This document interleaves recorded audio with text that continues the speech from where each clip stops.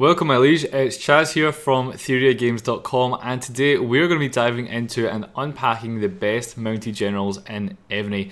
Now before we begin, let's start by laying some ground rules. What is the best general for one person may not be the best for you, but don't worry, I will explain the caveats of each recommendation as we go along. Not only that, but I will also discuss the best mounted generals for free-to-play players as well. So it doesn't matter if you're poor like Viper or a mega conner like Neo, we got you covered. Now, first of all, let's have a look at the best main mounted generals. So if we look at the sheer sum of total buffs, Artemis comes out in number 1 with 517% mounted attack, 428% defense, 439% HP, and a 17% march size buff. Although, one big drawback of Artemis is the 0% rally size increase. Well, let's take a second to unpack that. So, Artemis is second by attack out of all the other mounted generals, first by defense, and second by HP. So far, we're off to a good start. Out of those 3 buffs, Artemis offers the most comprehensive buffs. Where Artemis starts to lack is in its march size buff, where it comes in at 28th. Now, some food for thought: if you're part of a team that's filling rallies, do you really need the march size increase?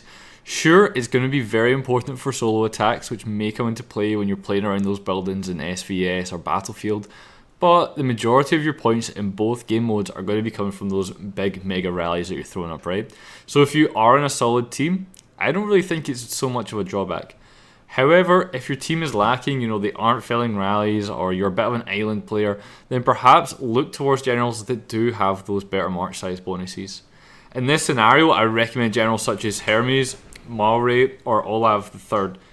It will require a trade-off for some of the attack, defense, and HP buffs, but the increase in march size will more than make up for that if you're going to be doing a lot of soloing or you just aren't filling those rallies.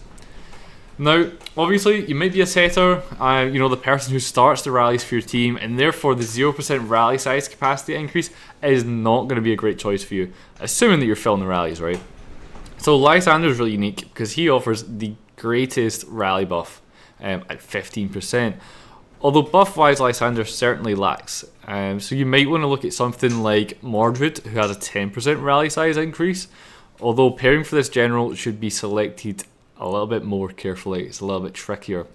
But before we start getting into the combinations and pairings, let's discuss the best assisted mounted generals.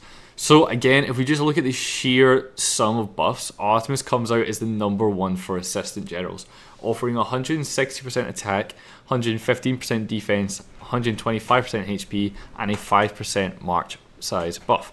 So notably, all the third comes in at a close second, but with a march size of 14%. And furthermore, Maori Motunari, I hope I'm saying that name right, has a 20% march size and only 40% less in buffs in total compared to Artemis.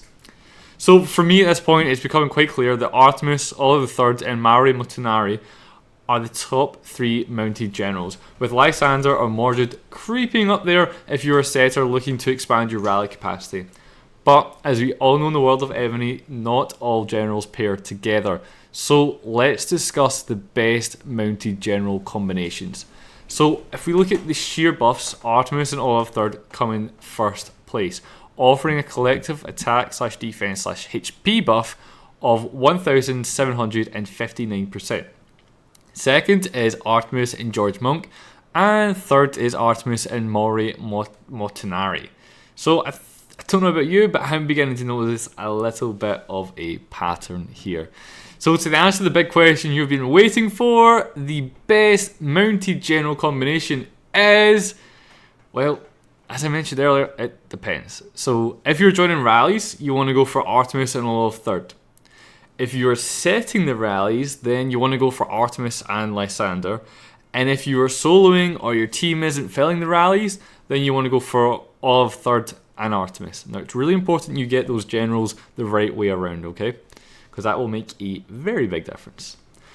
Make sure to think about what works best for both your current situation, but also in the future, right? Because Remember, Blood of Ares and Runestones are not easy to come by, and you don't want to spend them all now upgrading a general only for your situation to change a few months down the line and you're having to redo your generals all over again. The reason that I say that is, for example, perhaps you're an island player now and you're not filling the rallies, but is there potential for your server to get merged? Is your team going to catch up? Could you recruit some new people over to your server? Could you merge alliances? So don't just think about what's best for the situation now, but think about, okay, where could I be 3 months, 6 months, 12 months down the line? Especially if you aren't one of the bigger coiners and it's really going to be an investment for you to max out this general, make sure you're thinking ahead. Now, I want to say a bit of a pinch of salt with all these calculations because they're going to be assuming that you max out all the generals. We're talking like level 45 and max ascension, etc. Obviously, there's only so much kind of customization we can go into in a video, so I thought let's just max them out, because if you are going to be talking about mounted generals and the best mounted generals, you are going to be looking to max them out, certainly with things like ascension and specialties. Now, for the free-to-play watching this, let's jump into your best options. You've been waiting patiently. So it's safe to assume that you probably aren't going to be the rally setter for your team, and well, if you are, please switch teams, okay? Get out of there. Go join a team that has a rally setter that coins, because I'm going to be totally honest with you, you're not going to win much at all. So that leaves us just to look at both the soloing and rally joining generals. However, you are in luck because the same combination is best for both if you're a free-to-play player. The ultimate free-to-play combo is Polygonus and Artemis.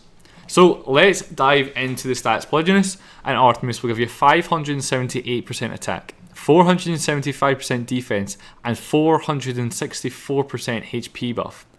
On top of that, the pair will also provide a 27% March increase buff, making them a pretty awesome combination for free-to-play players.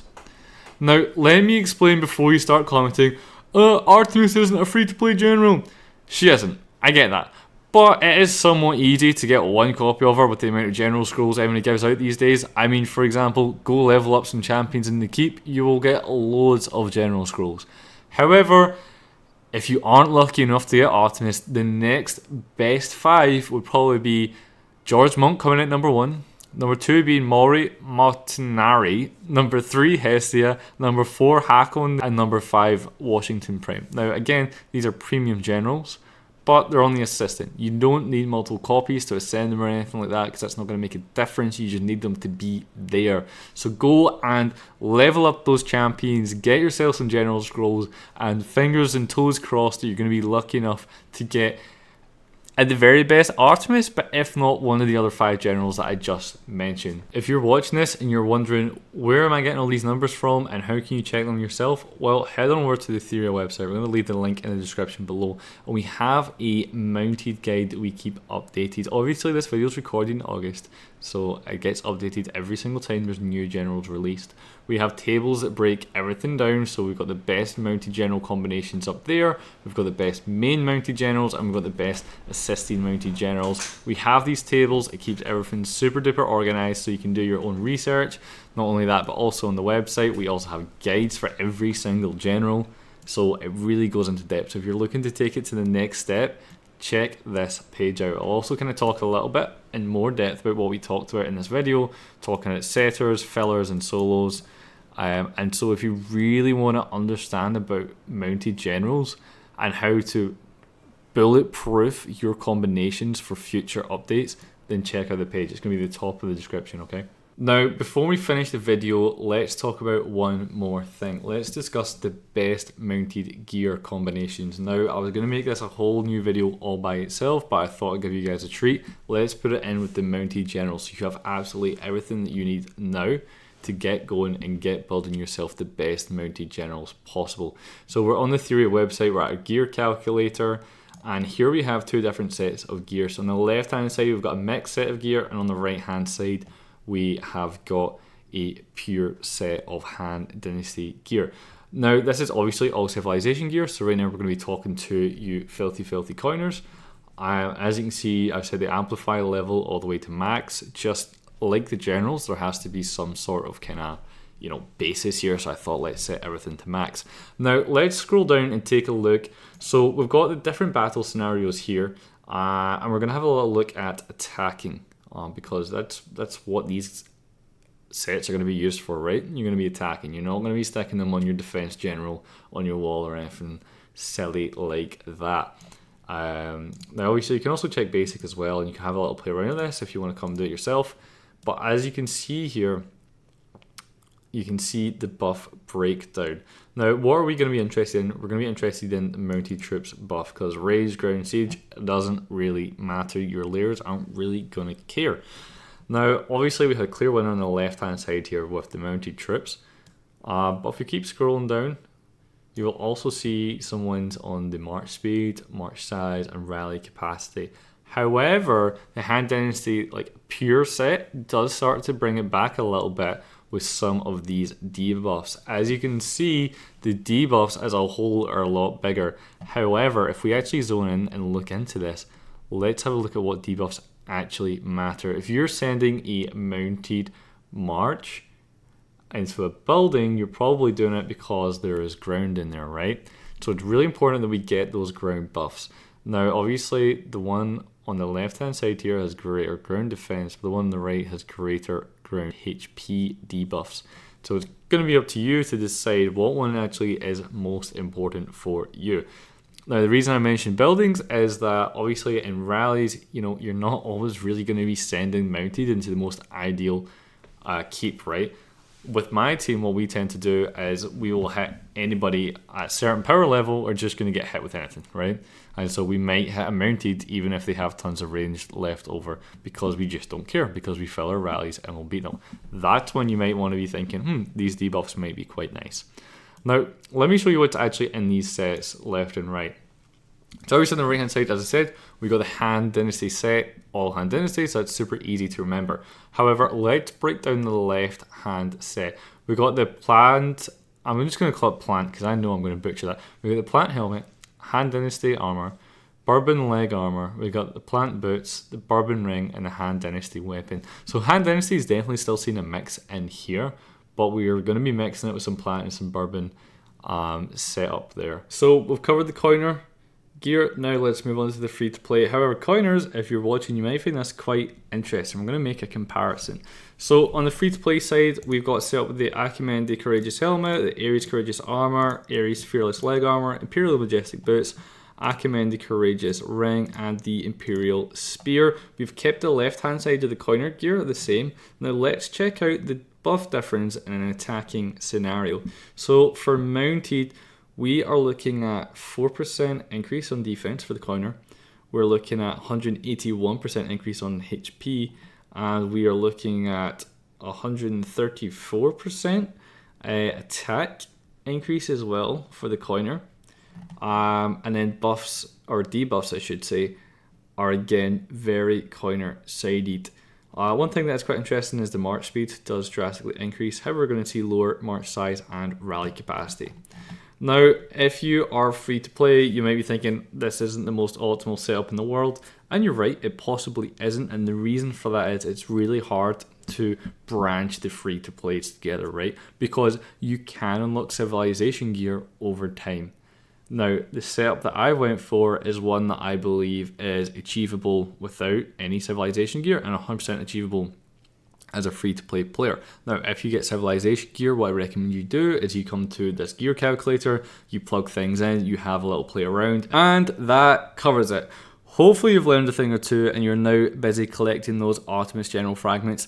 Good luck, and I'll see you on the battlefield.